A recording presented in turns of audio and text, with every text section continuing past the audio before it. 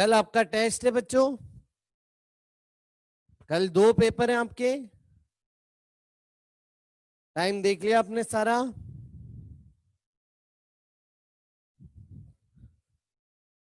एक ही पेपर है, 2 पेपर है? नोटिस आया ही नहीं, अभी नोटिस नहीं आया क्या? टाइम नहीं आया क्या भाई?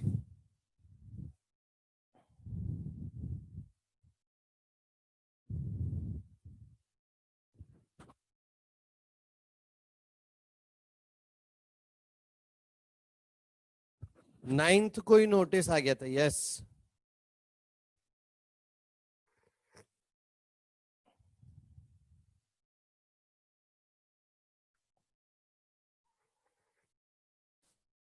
आज टाइमिंग आ जाएंगी बेटा ग्रुप पे।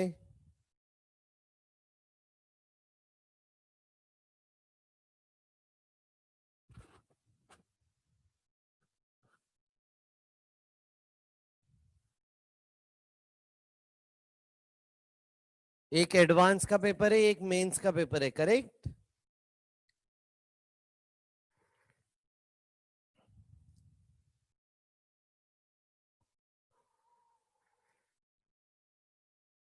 आ जाओ, आगे बढ़ते हैं। कहां पे थे हम लास्ट टाइम?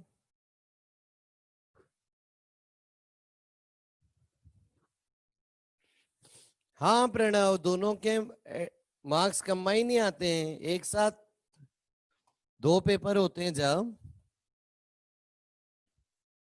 तो दोनों के मार्क्स कंबाइन आएंगे, बिल्कुल। नहीं, एक मेंस का एक एडवांस का है क्या? हाँ, तो फिर मेंस की शायद अलग रैंकिंग आएगी, एडवांस की शायद अलग रैंकिंग आएगी। चेक करिएगा आप, सी सेट ऐप पे आपको सब पता पड़ जाएगा। अच्छा, सी सेट ऐप पता है ना आपको सबको? कुछ बच्चों को नहीं पता था। सी सेट ऐप पे आप लॉगिन करके अपनी सारी टेस्ट की डिटेल्स पता कर सकते हो, रिजल्ट्स देख सकते हो, पुराने पेपर्स आ जाते हैं, टेस्ट का एनालिसिस आ जाता है, करेक्ट? आपकी शायद अटेंडेंस भी आ जाती है, मॉड्यूल्स की सॉफ्ट कॉपी आ जाती है ना? Correct, yes. और भी काफी चीजें रहती हैं, तो सी सेट ऐप पे आप देखते रहा करो। आइए आगे बढ़ते हैं। तो हम क्विंकी ट्यूब पे थे। आज का आपका होमवर्क है ना, बिगनर बॉक्स 1 कंप्लीट कर लीजिएगा, ठीक है? और अच्छा चलो, आज टेस्ट के लिए प्रिपेयर करोगे क्या? ठीक है, तो आज टेस्ट के लिए प्रिपेयर कर लेना, पुराने सारे टॉपिक्स भी आएंगे, तो आज टेस्ट के लिए प्रिपेयर कर लेना। टेस्ट के बाद आप साउंड करना इस वीक।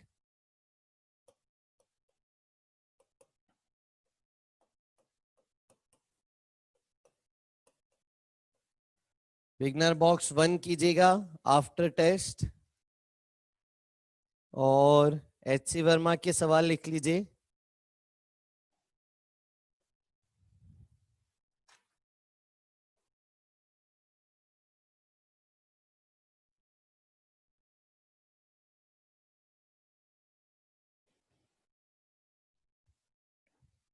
और HCV के सॉल्व्ड एग्जांपल्स कर लीजिएगा।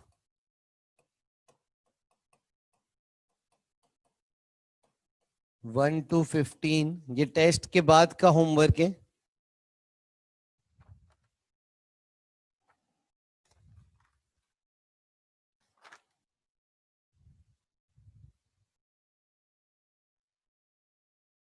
ठीक है, वैसे आज की क्लास के बाद आप HC वर्मा सारी कंप्लीट कर ले सकते हो।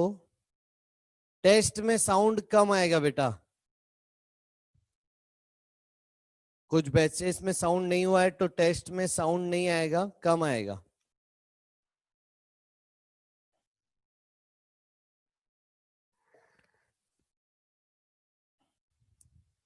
हाँ अंश।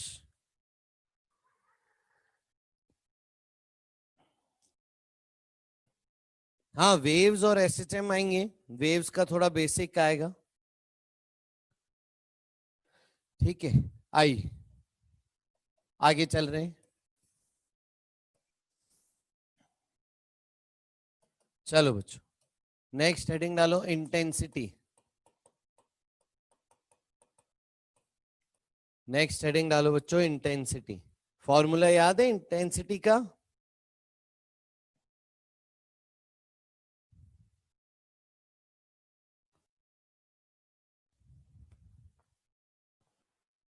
याद है? अगर वेव की इक्वेशन है ये,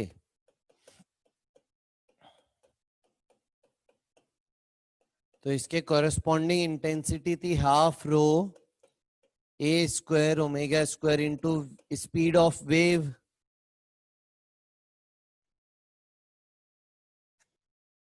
याद है ना? हम्म। करेक्ट। ठीक है। चलो तो ये तो फॉर्मूला है ही, याद करना है अपने को। अच्छा प्रेशर एम्पलीट्यूड के टर्म्स में, प्रेशर एम्पलीट्यूड याद है क्या था? के बी कब?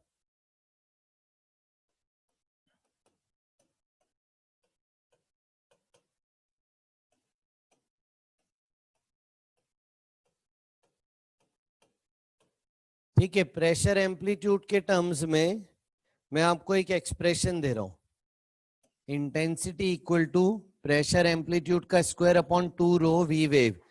देखो तो जरा चेक करो, क्या ये फॉर्मूला इससे मैच हो रहा है? क्या ये भी सही है क्या फॉर्मूला? आप प्रेशर एम्पलीट्यूड की वैल्यूज पुट करो और चेक करो क्या मैच हो रहा है क्या इंटेंसिटी की वैल्यू। चेक कीजिए बताइए मेरे को।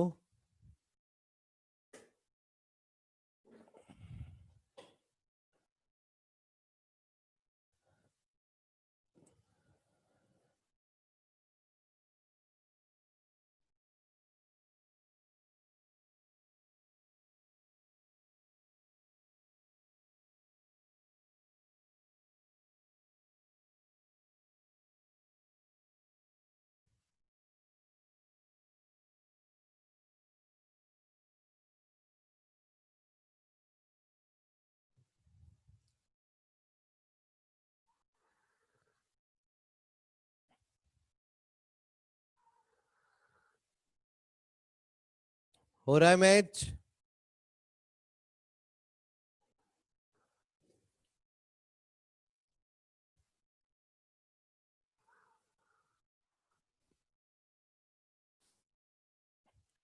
यस।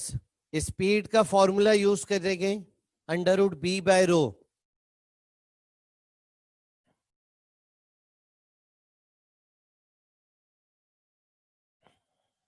और ओमेगा बाय के।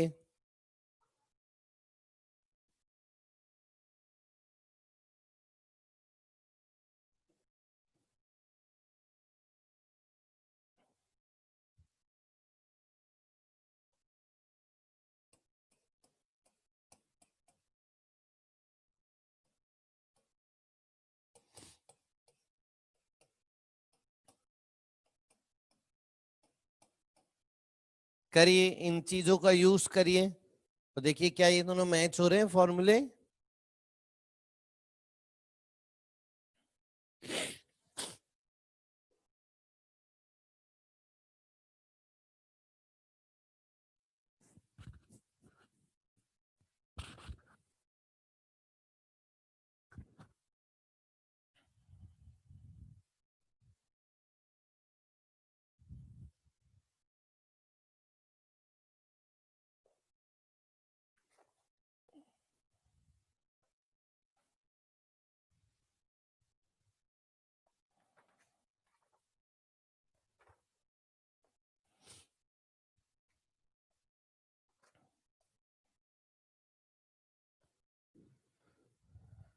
आ गए?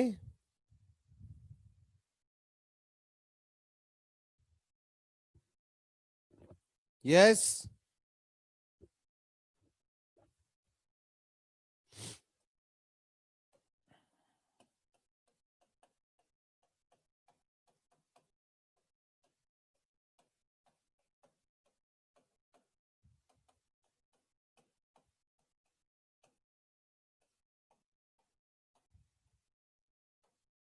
अब क्या करूं बताओ?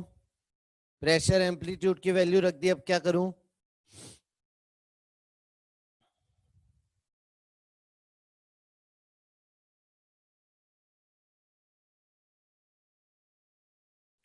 हाँ, बल्क मॉड्यूलस की वैल्यू रख दें, वेरी गुड।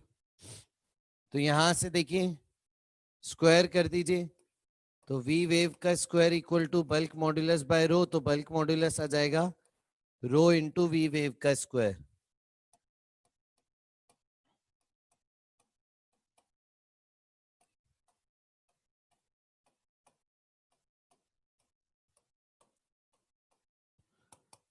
क्या मिला हमें?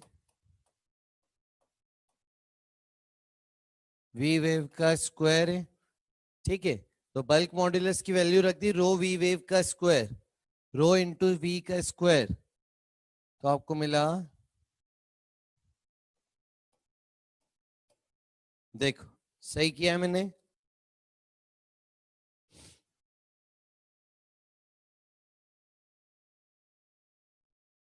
फिर इसके बाद, ठीक है, एक डेंसिटी की पावर कट गई, एक स्पीड ऑफ द वेव की पावर कट गई, तो हमें मिला,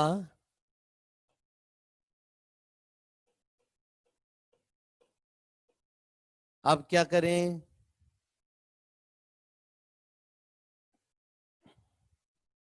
यस, ठीक है, इसको ऐसे लिख दूं मैं,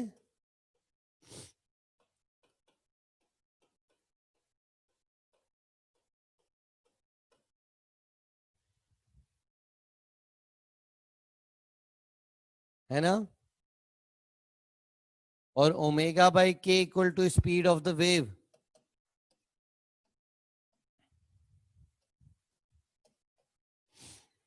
तो ओमेगा को लिख सकते हैं speed of the wave into k, तो speed of the wave into k का स्क्वायर हो गई, यानी ओमेगा स्क्वायर।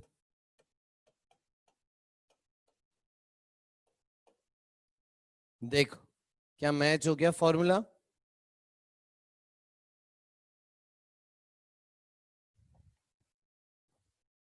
यस। तो बच्चों ये भी याद करना है हमें, ठीक है, प्रेशर एम्पलीट्यूड के टर्म्स में इंटेंसिटी का फॉर्मूला।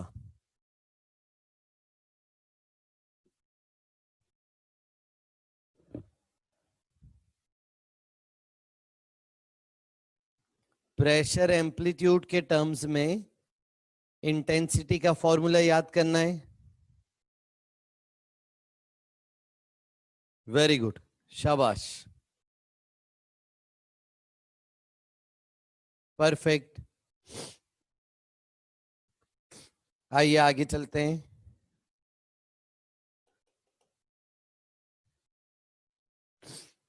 ठीक है, लिख लिया ना सबने? आगे बढ़े, चलो, शाबाश। ठीक है, नेक्स्ट लिखिए इंटेंसिटी ऑफ पॉइंट सोर्स।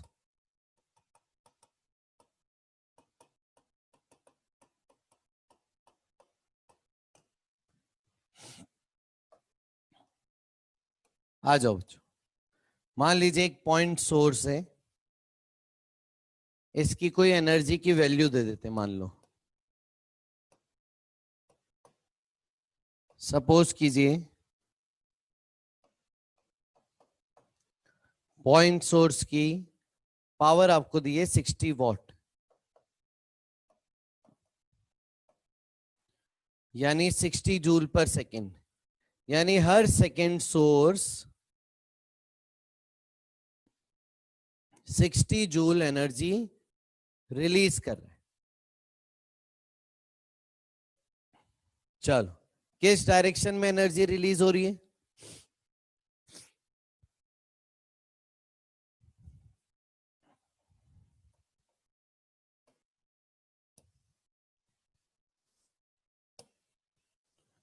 किस डायरेक्शन में एनर्जी रिलीज हो रही है बताओ?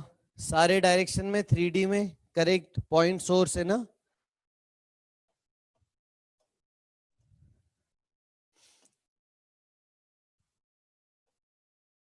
यानी हर डायरेक्शन में एक वेव निकलेगी।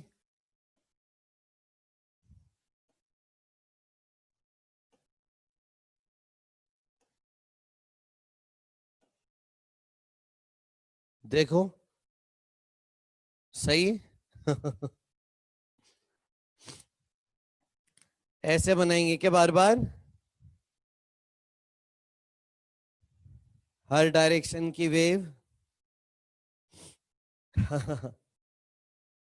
पजल जैसा लग रहा है ये, एक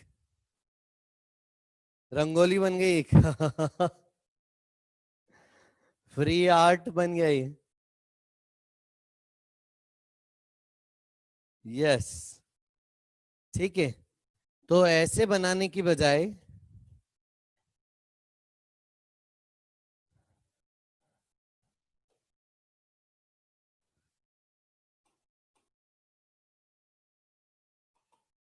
हम ना वेव फ्रंट्स के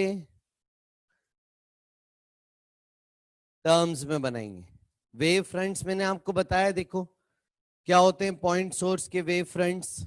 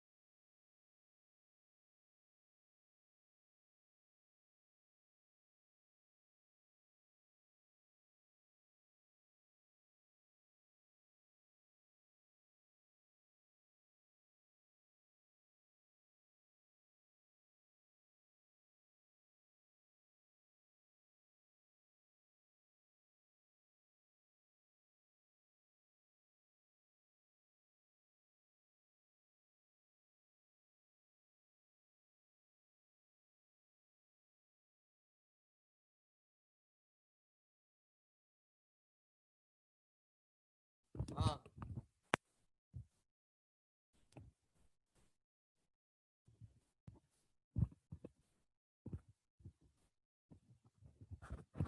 बताइए बच्चों, क्या पढ़ा था अपन ने, स्पेरिकल।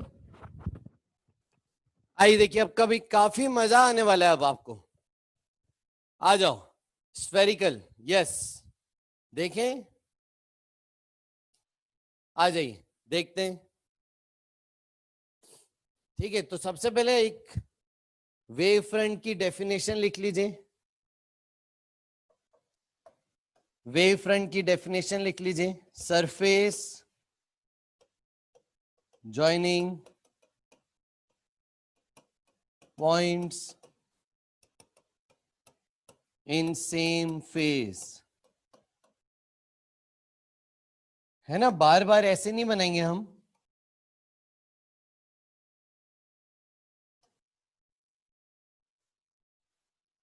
देखो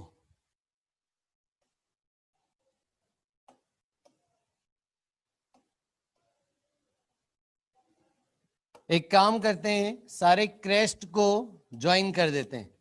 सारे क्रेस्ट इक्वल डिस्टेंस पे होंगे। यस,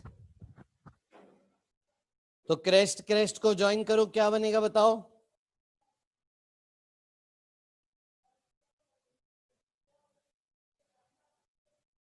क्या बनेगा बताओ। सर्कल बनेगा, बिल्कुल सही बात है। ये 2D में सर्कल बनेगा। अब आप 3D में सोचो, तो 3D में सोचो पूरा, क्या बन जाएगा। स्फीयर बन जाएगा, बिल्कुल सही बात।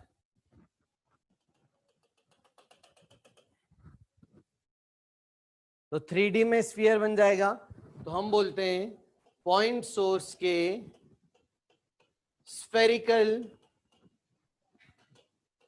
वेव फ्रंट्स होते हैं। Correct, yes. पॉइंट सोर्स के स्फेरिकल वेव फ्रंट्स होते हैं। तो हम वेव्स को बार बार ऐसे बनाने की बजाय पॉइंट सोर्स से स्फेरिकल वेव फ्रंट्स रिलीज करते हैं। पॉइंट सोर्स से स्फीयर्स के फॉर्म में एनर्जी रिलीज होती जा रही है। करेक्ट, समझ गए सभी। कोई डाउट। शाबाश। अब आगे चलते हैं। अब जैसे मान लीजिए एक 60 वॉट का पॉइंट सोर्स है। 60 वॉट का पॉइंट सोर्स है, ठीक है। तो जो एनर्जी रिलीज हो रही है, वो एनर्जी किस फॉर्म में रिलीज हुई, कितने एरिया में स्प्रेड हुई एनर्जी।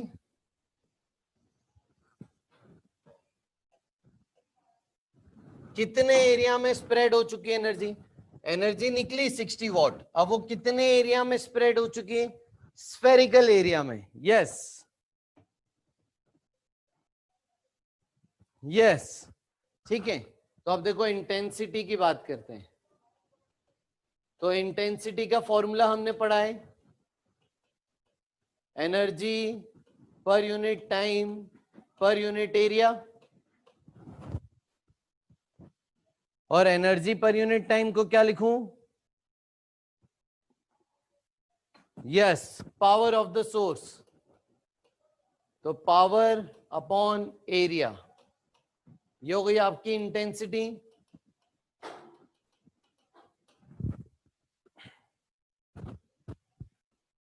Yes, very good.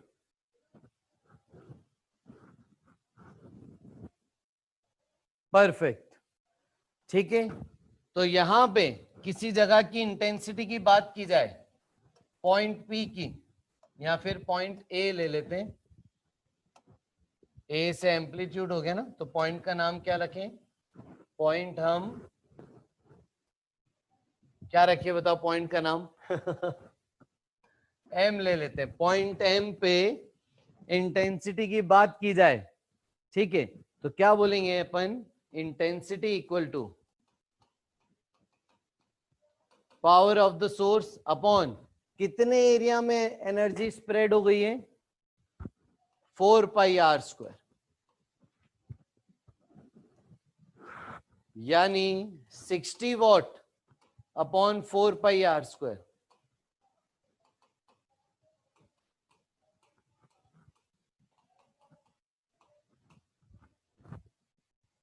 ये इंटेंसिटी हो गई।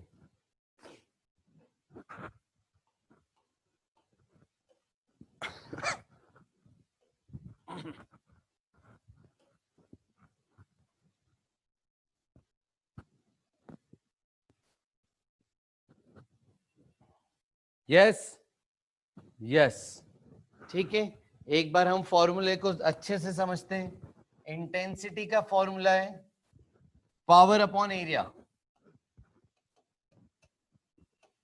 कौन सा पावर और कौन सी एरिया बताओ? पावर किसका? पावर ऑफ द सोर्स, बिल्कुल सही बात है।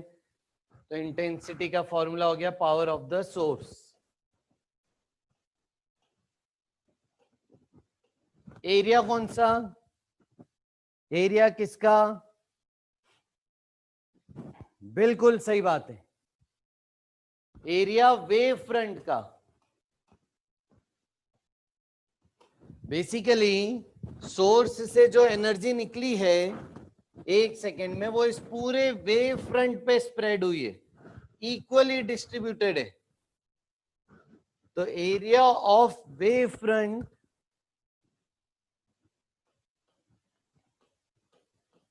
over which energy is spread out, ठीक है, बोल सकते हैं इसे, समझ आएगी? ठीक है, आ जाओ। फिर मेरे को एक बात बताओ, मान लीजिए अभी ये वेव फ्रंट है इस इंस्टेंट पे, थोड़ी देर बाद क्या होगा? ये वेव्स आगे पहुंच जाएंगी, थोड़ी देर बाद ये वेव्स आगे पहुंच जाएंगी,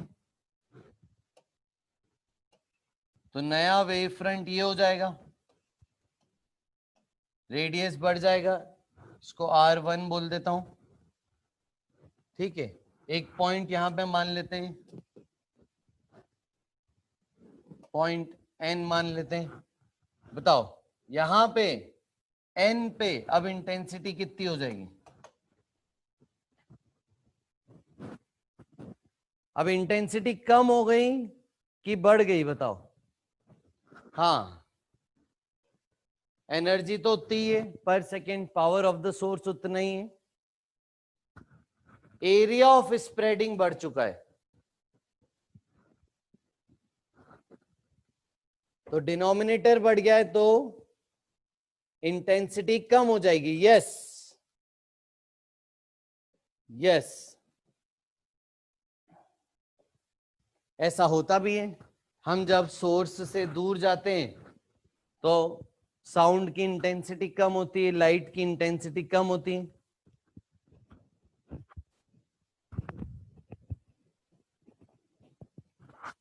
नहीं, टेस्ट के बाद रखेंगे काव्यांश, डाउट सेशन हम टेस्ट के बाद रखेंगे इस वीक। डन? आए समझ में? करेक्ट। इसको एक रियल लाइफ एग्जांपल से समझें तो मान लीजिए आप एक बटर का क्यूब ला रहे हैं, बटर का क्यूब आता है ना, कौन सा ले दो आप? अमूल बटर। मान लीजिए आप 2 बटर लेके आए,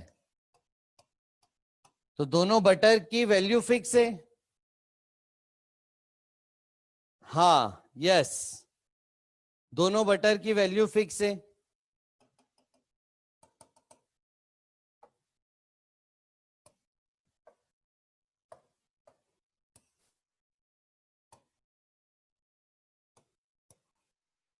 ठीक है, इक्वल बटर है दोनों। अब मान लीजिए आप इसको ब्रेड पे स्प्रेड कर रहे हैं, एक छोटी ब्रेड है, साइज छोटी है ब्रेड का, और एक में ब्रेड की साइज बड़ी है। अब इसको ब्रेड पे स्प्रेड कर रहे हैं और फिर खाएंगे, तो एक छोटी ब्रेड है, एक बड़ी ब्रेड है, किसको खाने में ज्यादा मजा आएगा?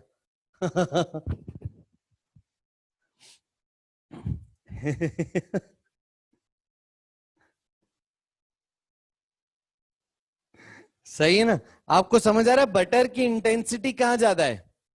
क्योंकि क्वांटिटी सेम है लेकिन एरिया ऑफ स्प्रेडिंग इसमें कम है, तो इसमें बटर की इंटेंसिटी ज्यादा महसूस होगी आपको खाते टाइम, लेकिन यहां पे एरिया ऑफ स्प्रेडिंग ज्यादा है। ठीक है, तो बटर की इंटेंसिटी आपको कम महसूस होगी पर पॉइंट। भूख लग गई, ब्रेकफास्ट। यस, आया समझ में? परफेक्ट। वही केस यहां पे नहीं हो रहा है। यहां पे power of the source same है, लेकिन वो एनर्जी किस एरिया पे स्प्रेड आउट हो रही है? स्फेरिकल एरिया पे स्प्रेड आउट हो रही है। जैसे जैसे रेडियस बढ़ता जाएगा, इंटेंसिटी की वैल्यू कम होती जाएगी।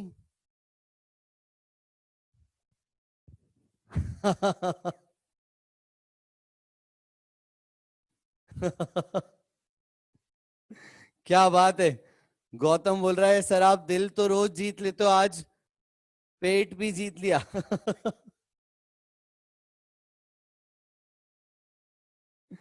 आइए। आ जाओ। समझे कहना क्या चाह रहे हैं हम कहना चाह रहे हैं कि सोर्स से जो एनर्जी निकल रही है वो इस स्फेरिकल वेव फ्रंट पे स्प्रेड आउट हो रही है। जो एनर्जी निकली वो स्फीयर पे बराबर स्प्रेड आउट हुई। अब धीरे धीरे वेव आगे बढ़ती जाएंगी तो इंटेंसिटी कम होती जाएगी। यहां हमने इंटेंसिटी का फॉर्मूला सीखा, power of the source upon 4πr²। और हमने पहले एक फॉर्मूला सीख रखा है,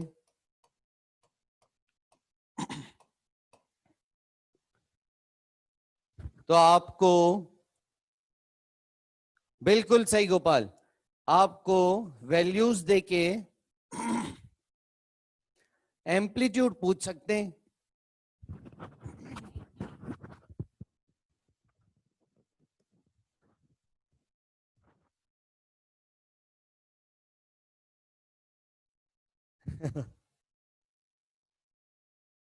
सही है तनिष्क, आ जाओ। पूछ सकते हैं किसी पॉइंट पे, ये एम पॉइंट है ना, ये रेडियस आर दे दिया, ठीक है। तो एम पॉइंट पे डिस्प्लेसमेंट एम्पलीट्यूड पूछ सकते हैं साउंड का, बिल्कुल पूछ सकते हैं। आपको ये फॉर्मूलाज इक्वेट करने, सारी वैल्यूज दी रहेंगी तो डिस्प्लेसमेंट साउंड का एम्पलीट्यूड आ जाएगा। Correct? Yes, perfect, very good. अच्छा, प्रेशर एम्पलीट्यूड भी पूछ सकते हैं।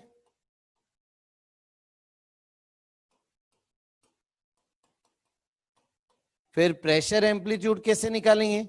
यहां तो पहले ए निकाल लीजिए और उसके बाद के बी में वैल्यू रख दीजिए, या फिर इंटेंसिटी का फॉर्मूला प्रेशर एम्पलीट्यूड का square upon 2ρv wave, speed of the wave, ये यूज कर लीजिए। इन दोनों को इक्वेट कर दीजिए तो आपको प्रेशर आ जाएगा। समझ गए? डन, परफेक्ट, आया समझ में? सही।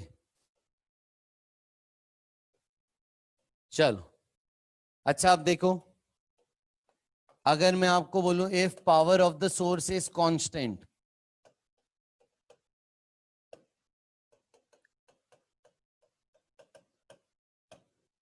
तो इस फॉर्मूला से क्या आप बोल सकते हैं कि intensity inversely proportional to r square है? यस, बिल्कुल, ठीक है। और पहले हमने पढ़ाई है इस फॉर्मूला के according intensity proportional to A square, तो इन दोनों को अगर इक्वेट करें हम तो क्या हमें मिल रहा है? Amplitude proportional to 1/r।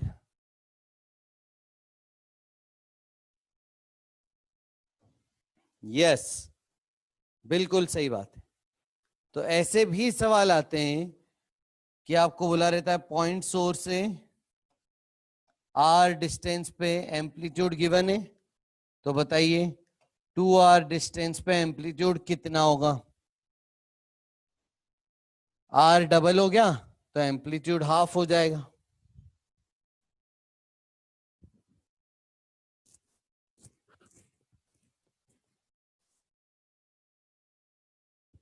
Correct. तो ये हो गई हमारी पॉइंट सोर्स की स्टडी। चलें आगे। हाँ, दूर जाते जाते इंटेंसिटी कम होगी, एम्पलीट्यूड ऑफ द वेव कम होगा। परफेक्ट, शाबाश। आ जाओ, हम नेक्स्ट बात करेंगे लाइन सोर्स की।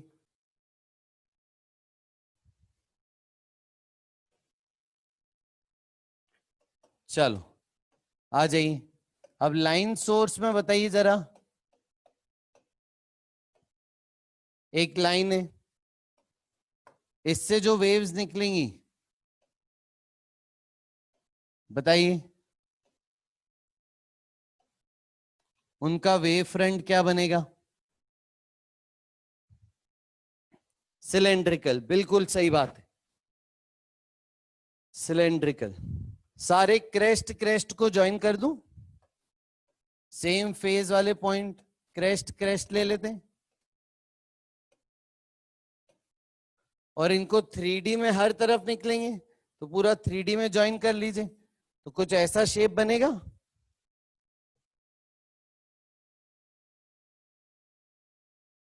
Correct, perfect. समझ आ गया सबको, सिलेंड्रिकल वेव फ्रंट्स।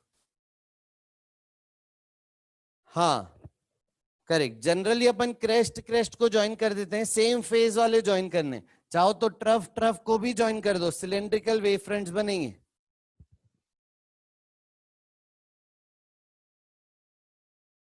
हाँ तो लिख दीजिए इसको,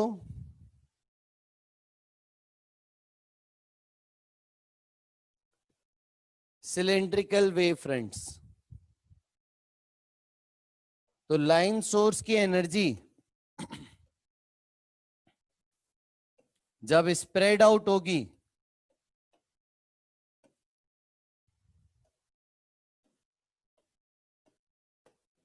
तो वो सिलेंड्रिकल वेव फ्रंट्स पे स्प्रेड होगी।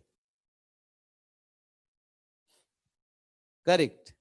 तो अगर मैं किसी पॉइंट पे इंटेंसिटी पूछूं तो इंटेंसिटी क्या बोलोगे बताओ? Power of the source upon ये वाला सरफेस एरिया, बताओ सिलेंडर में कितना होता है? Curved surface area.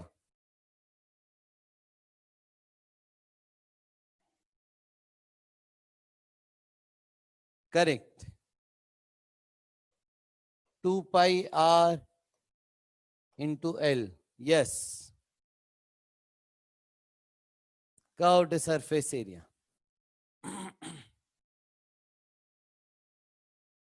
बिल्कुल सही बात है।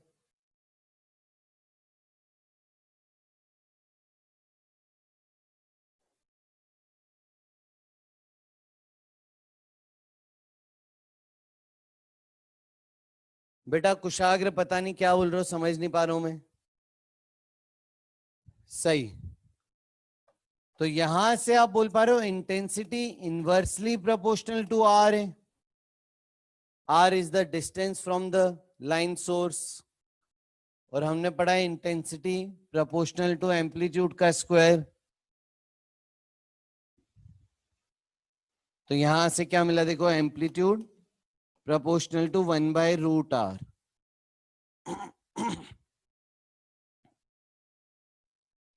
यस,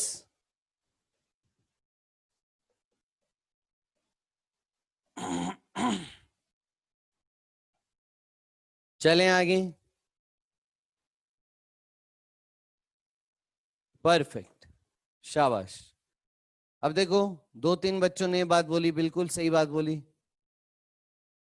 बच्चे बोल रहे हैं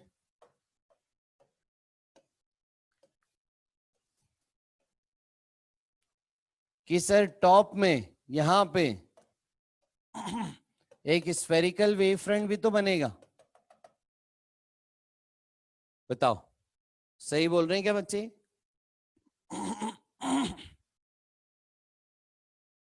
यस, बिल्कुल सही बोल रहे हैं।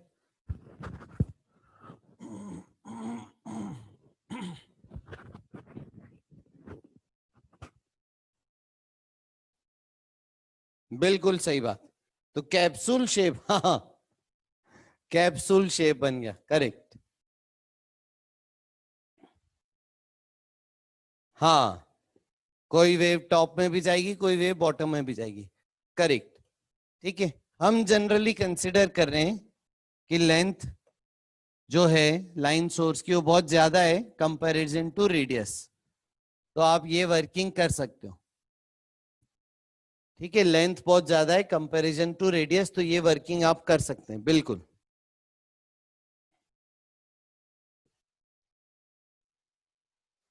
ठीक है, चलें आगे। डन, मजा आ रहा है, आओ। ठीक, चलो अब मैं आपको एक चीज पूछता हूं। अगर आपको बोला है सोर्स वेरी फार अवे, जब सोर्स बहुत दूर है, सोर्स से बहुत दूर है पॉइंट, तो बताओ वेव कैसी आती हुई दिखेंगी?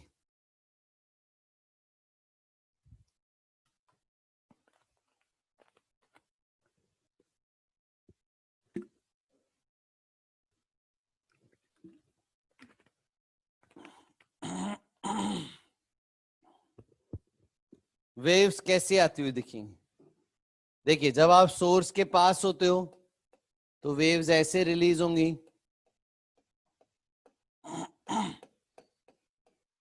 लेकिन जब वहां से वेव इतनी दूर ट्रेवल करके आएंगी पॉइंट तक, तो कैसे दिखेंगी आपको? ऐसे दिखेंगे, पैरेलल स्ट्रेट लाइंस। याद है? हाँ, ऐसा लग रहा है सन और अर्थ, बिल्कुल सही बात है। तो पैरेलल स्ट्रेट लाइंस आती हुई दिखेंगी। ये कहीं सुना है आपने? ये बचपन में ऑप्टिक्स में किया था, पेरेक्सियल रेस, याद है? बनाया था इसे।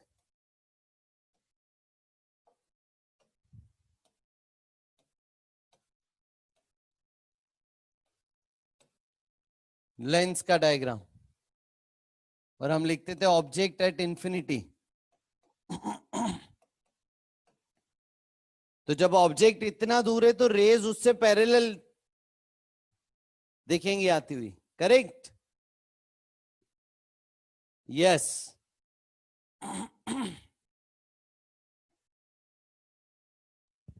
वेरी गुड, परफेक्ट, शाबाश। ठीक है, तो वेव फ्रंट कैसा बनेगा फिर? जब सोर्स इंफिनिटी पे, जब सोर्स वेरी फार अवे, तो वेव फ्रंट कैसा बनेगा? आपको रेस पैरेलल आती हुई दिख रही है, वेव्स यानी, तो सारे क्रेस्ट क्रेस्ट जोड़ दें, कैसा दिखेगा शेप?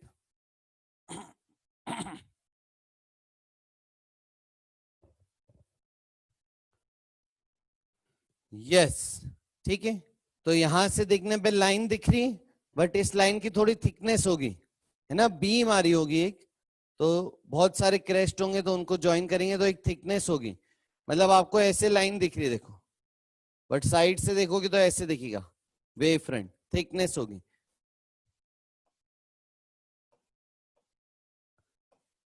तो हम बोल रहे हैं planar wave fronts, planar wave fronts, plane shape में रहेंगे वेव फ्रंट्स, प्लेन रहेंगे। ठीक है, ये साइड व्यू ऐसा रहेगा, प्लेन वेव फ्रंट्स। हाँ ठीक, एक पेपर की तरह, बिल्कुल।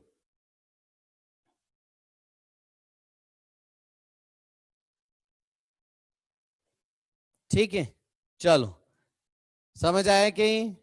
अब देखो, अब बहुत मजा आएगा। तो आपने पढ़ा है रिफ्रैक्शन में बेंडिंग ऑफ लाइट होती है,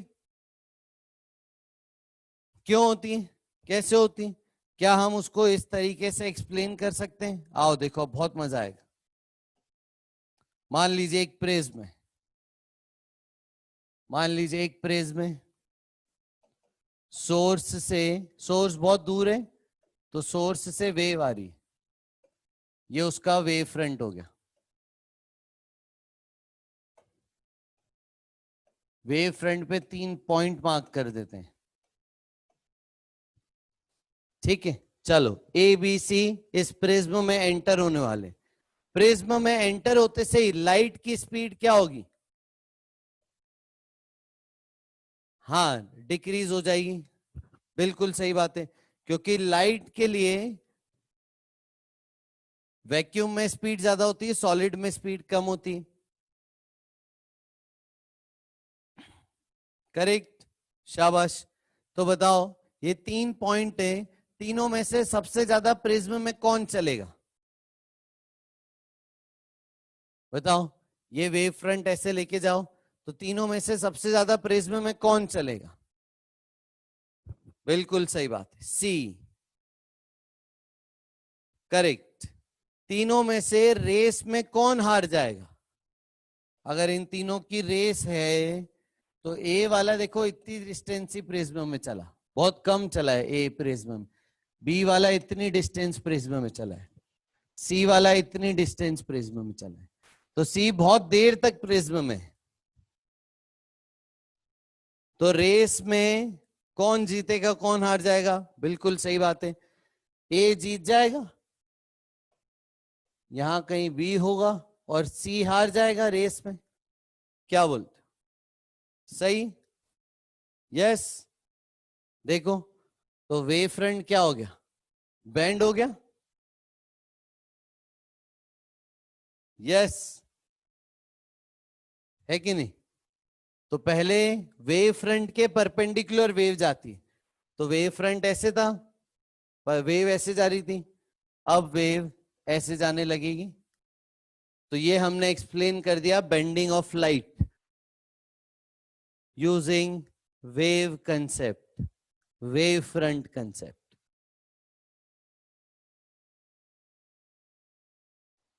करेक्ट, बिल्कुल सही है। मजा आ गया।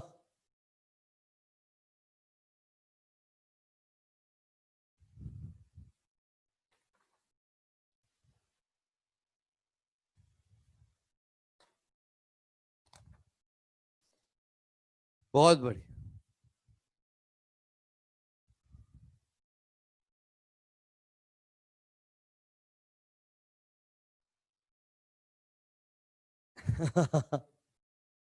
नहीं बुरानुद्दीन, ऐसी ही बनेगी, तुम बना के देख सकते हो बेटा।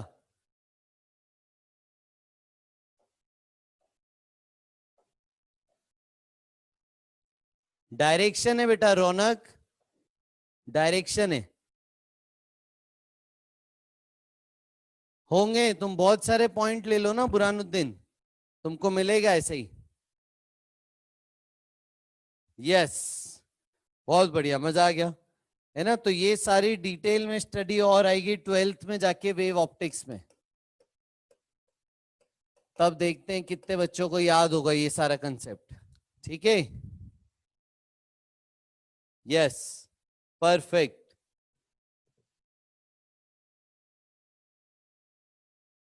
Very good.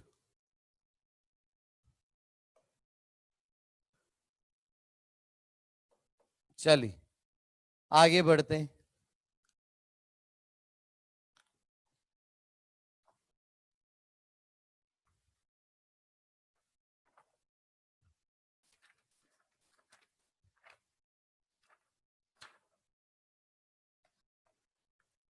चलें आगे, आगे समझ में है?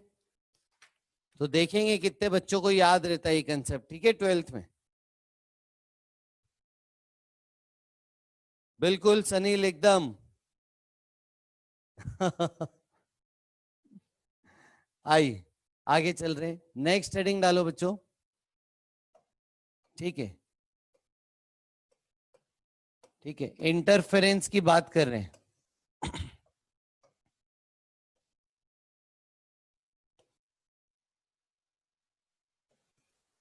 ठीक है, एक चीज हम डिस्कस करना चाह रहे हैं आपसे, इंटरफेरेंस।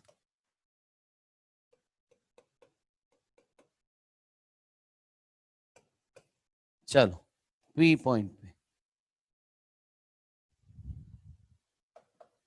बाकी सारे हटा देते हैं।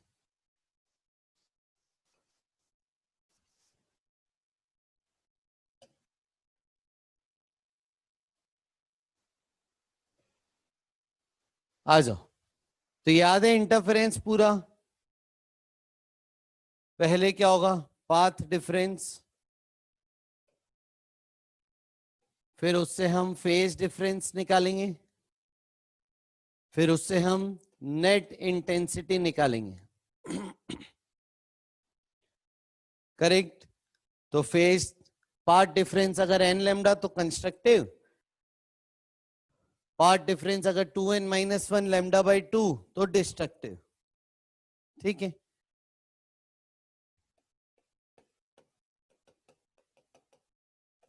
नेक्स्ट लिखो condition for sustained interference.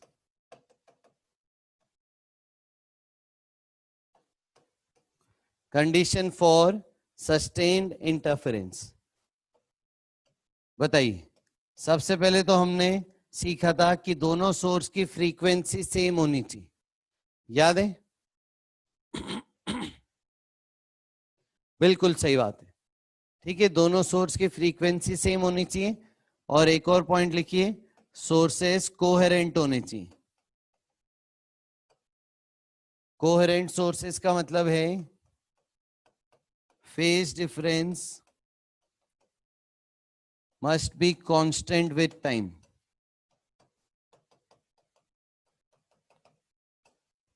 Phase difference must be constant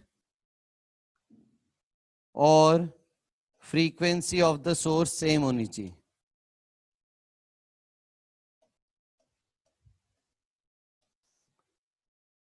frequency of the source same होनी चाहिए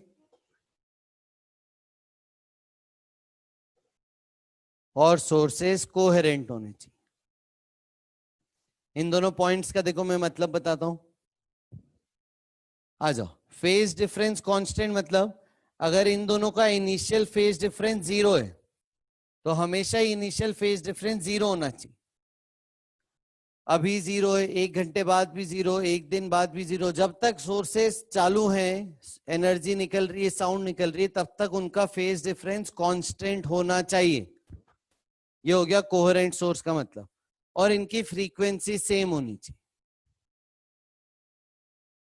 ठीक है, तो अगर ये दोनों कंडीशन होंगी तो इंटरफेरेंस सस्टेन्ड होगा। अब इसका मतलब क्या है, चलो सपोज करो पी पॉइंट पे कंस्ट्रक्टिव इंटरफेरेंस है, तो पी पे आवाज कैसी सुनाई देगी आपको? यस। इंटेंसिटी कैसे सुनाई देगी आपको? लाउड। करेक्ट, लाउडनेस ज्यादा सुनाई देगी, है ना, मैक्सिमा सुनाई देगा साउंड का। करेक्ट।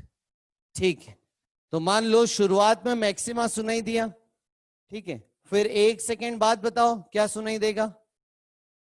मैक्सिमा सुनाई देगा, है ना। जब तक सोर्सेस चालू हैं, जब तक वेव्स निकल रही हैं, तो पी पॉइंट पे हमेशा आवाज मैक्सिमम सुनाई देगी। सस्टेन्ड इंटरफेरेंस मतलब जो पैटर्न बन रहा है वो सस्टेन्ड है। अगर इसमें मैक्सिमा आ रहा है तो ये हमेशा मैक्सिमा है, हमेशा ही लाउड साउंड सुनाई देगा, हमेशा ही मैक्सिमम सुनाई देगा। पैटर्न चेंज नहीं होगा, जिस पॉइंट पे मैक्सिमा है उस पे हमेशा मैक्सिमा सुनाई देगा। ये मतलब हुआ सस्टेन्ड इंटरफेरेंस का। करेक्ट।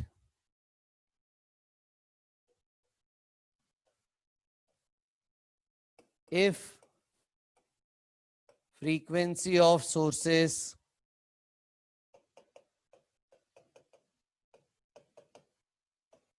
is slightly different, अगर फ्रीक्वेंसी ऑफ द सोर्सेस अलग अलग हुई,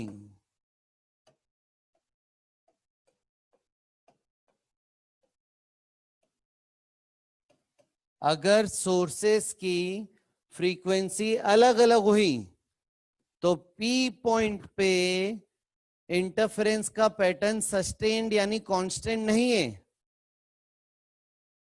तो पी पॉइंट पे क्या होगा बताओ? अब क्या होगा पी पॉइंट पे?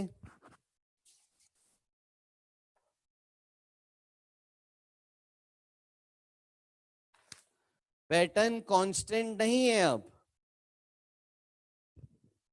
हाँ, तो चेंज होता रहेगा। यस, यस, अलग अलग आवाज आएगी। यस, यस, कभी ज्यादा आवाज, कभी कम आवाज। यस, लाउडनेस कम ज्यादा होगी। यस, इंटेंसिटी कम ज्यादा होगी। यस,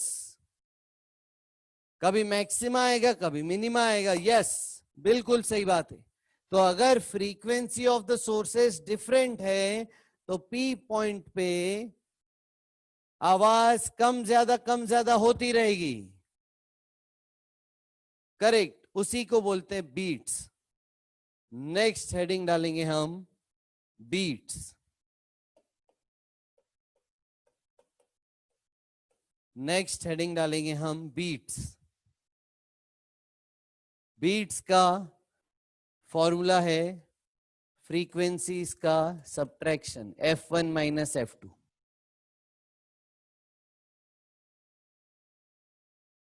ठीक है, आ जाइए, चलते हैं।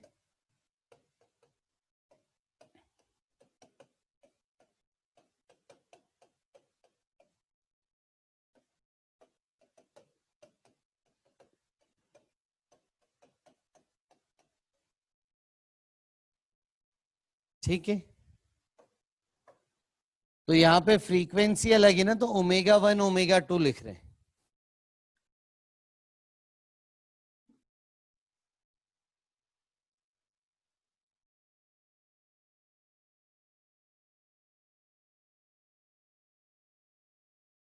ठीक है, सही है, फ्रीक्वेंसी अलग अलग है ना, तो ω1 ω2 लिख रहे हैं।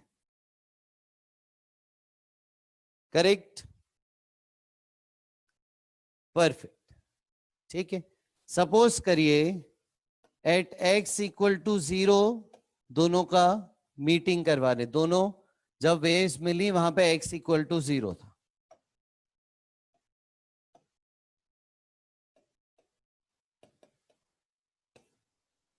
तो y1 की इक्वेशन आ गई।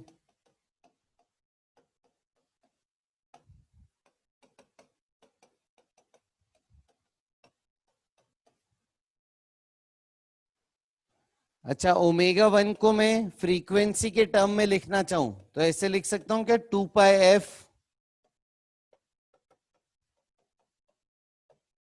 फ्रीक्वेंसी के टर्म में ओमेगा को ऐसे लिख सकता हूं 2πf।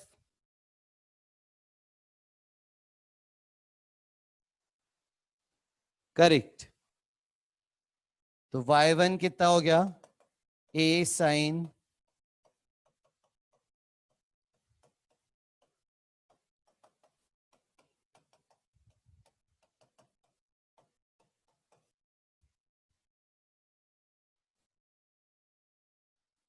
अब यह जब ये दोनों वेव एक जगह मिलेंगी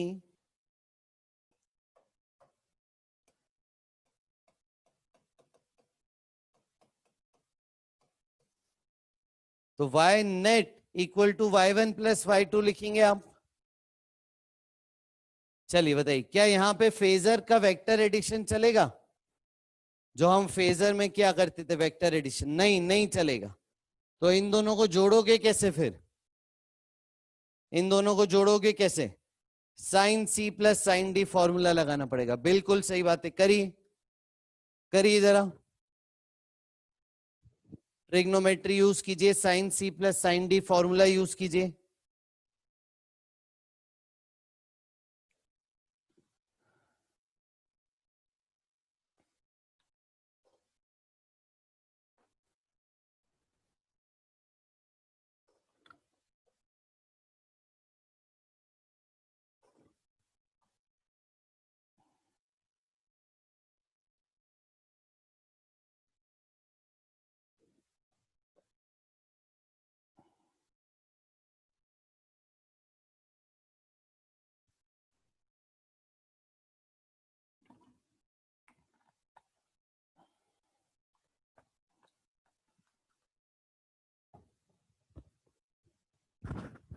करिए, sine C plus sine D, बताइए क्या आया।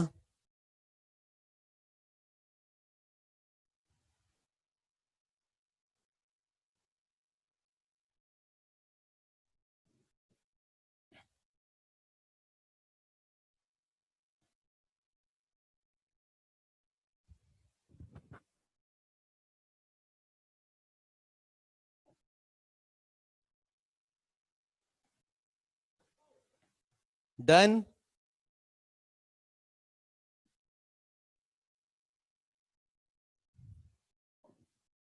चलो बताइए।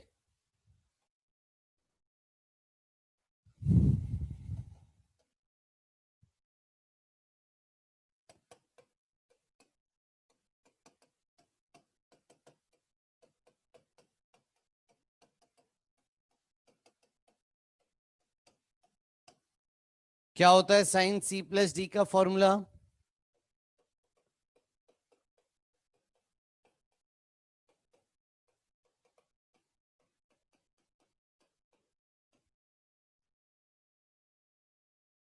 To sine C plus D by two cos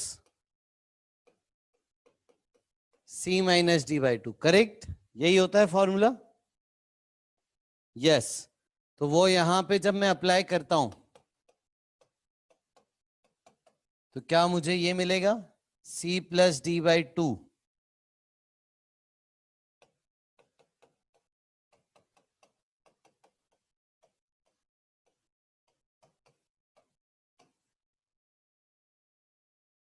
into cos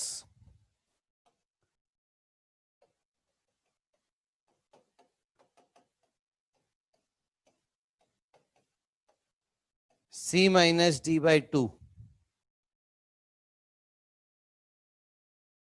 yes, सही किया है मैंने।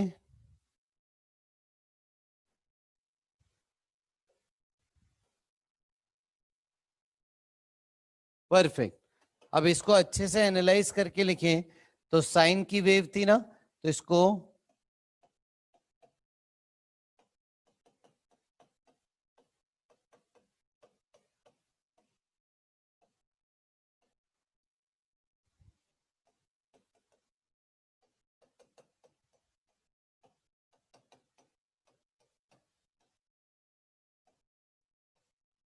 ऐसे लिख देते हैं, ठीक है?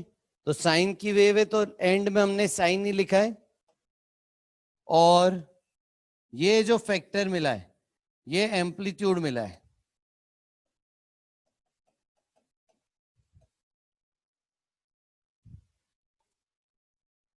ठीक है, ये जो फैक्टर है ये एम्पलीट्यूड है। तो बताओ, एम्पलीट्यूड क्या समय के साथ कांस्टेंट है? क्या एम्पलीट्यूड में टाइम के साथ वेरिएशन है? बिल्कुल सही बात है। तो लिखिए ये चीज, लिखिए कि amplitude is varying with time. Amplitude time के साथ बदल रहा है।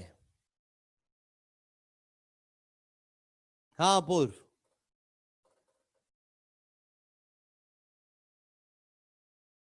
एम्पलीट्यूड टाइम के साथ चेंज हो रहा है।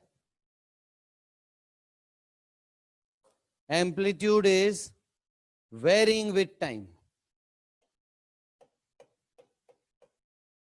तो एम्पलीट्यूड अगर टाइम के साथ चेंज हो रहा है तो इंटेंसिटी भी टाइम के साथ चेंज हो जाएगी। तो लिखो फिर, intensity at a point is changing with time. Intensity at a point is changing with time. यानी एक ही पॉइंट पे इंटेंसिटी कम ज्यादा हो रही है। यानी एक ही पॉइंट पे इंटेंसिटी वेरिएबल है। जल्दी लिखिए।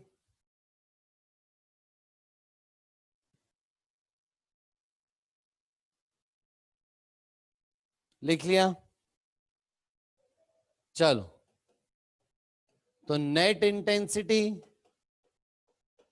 प्रोपोर्शनल टू नेट एम्पलीट्यूड का स्क्वायर।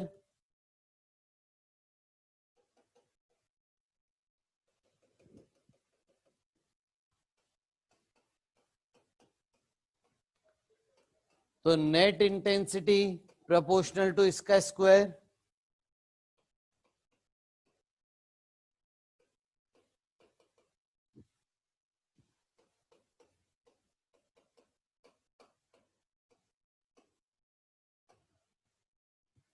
सही लिखा है मैंने? करेक्ट, ठीक। तो कोई कांस्टेंट आ जाएगा प्रोपोर्शनलिटी हटके, और मैं कॉस स्क्वायर को ऐसे लिख सकता हूं,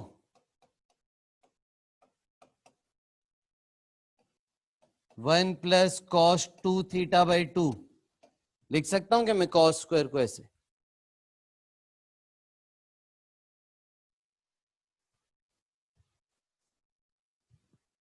करेक्ट। तो क्या नेट इंटेंसिटी का फंक्शन ऐसे आ जाएगा, वन प्लस कॉस 2 थीटा, यानी इसका डबल।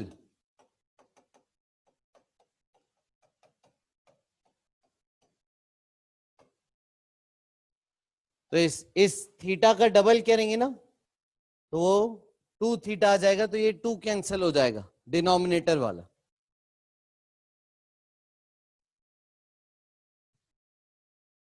सही।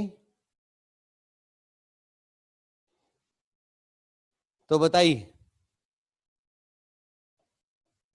इंटेंसिटी के वेरिएशन की फ्रीक्वेंसी क्या मिली आपको? इंटेंसिटी के वेरिएशन की फ्रीक्वेंसी क्या मिली आपको?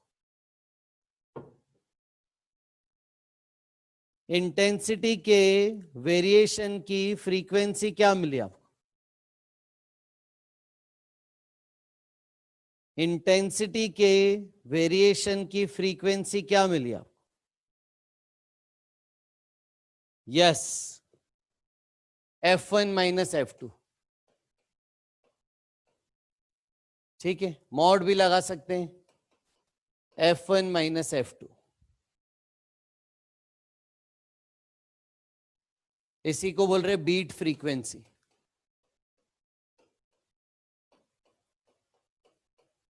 वेरिएशन ऑफ इंटेंसिटी की फ्रीक्वेंसी। इसको लेंगे number of beats per second. लिखो, इसको लिखो, जल्दी लिखो।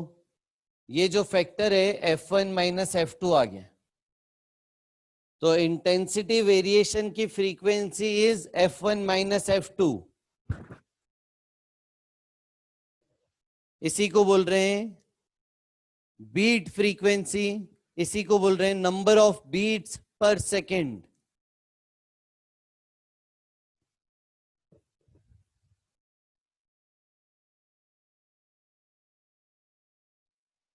ठीक है बच्चों, number of beats per second या फिर बीट फ्रीक्वेंसी।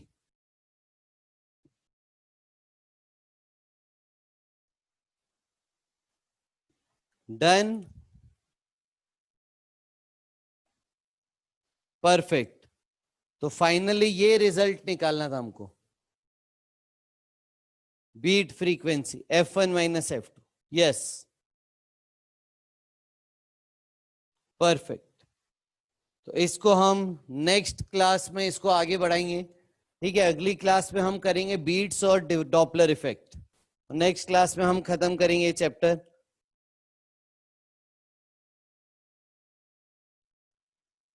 यस, चलो अभी के लिए इतना ही, फिर thank you so much, bye bye. Thank you बच्चों, thank you so much, bye.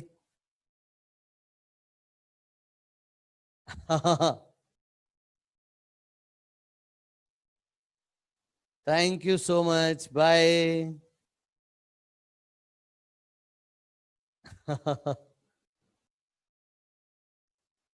Bye, thank you, bye bye, thank you so much, bye.